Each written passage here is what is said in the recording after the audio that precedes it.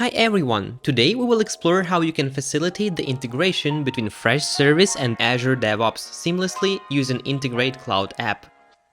Here you have three options. Either create a new work item right from the Freshservice ticket, link the ticket to an existing work item, or link work item by ID. To create a new work item, click on the corresponding button and here choose the type of work item you would like to create. It can be bug, epic, feature, task, user story, product backlog item, or opportunity. Let's create a bug item. Here you will need to fill such details as title, project, pick the needed area, set priority, choose iteration, add a description of the issue, indicate the acceptance criteria, and the build where the bug was found.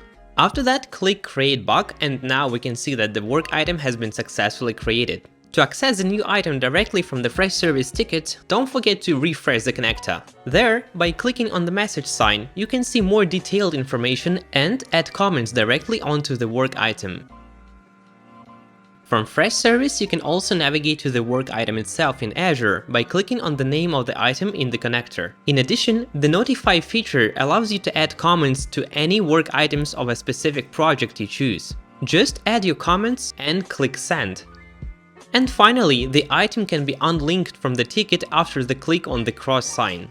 Linking the ticket to the created work item is also super straightforward. You will just need to either select the project, area and pick the work item from the list, or simply pick a feature to link work item by ID and enter the ID itself, and the ticket will be linked to it.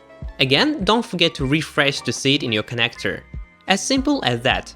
To learn more, check out more videos on this channel. If you have any questions, please don't hesitate to reach out to our support at support@integratecloud.com or go to our help center at support.integratecloud.com.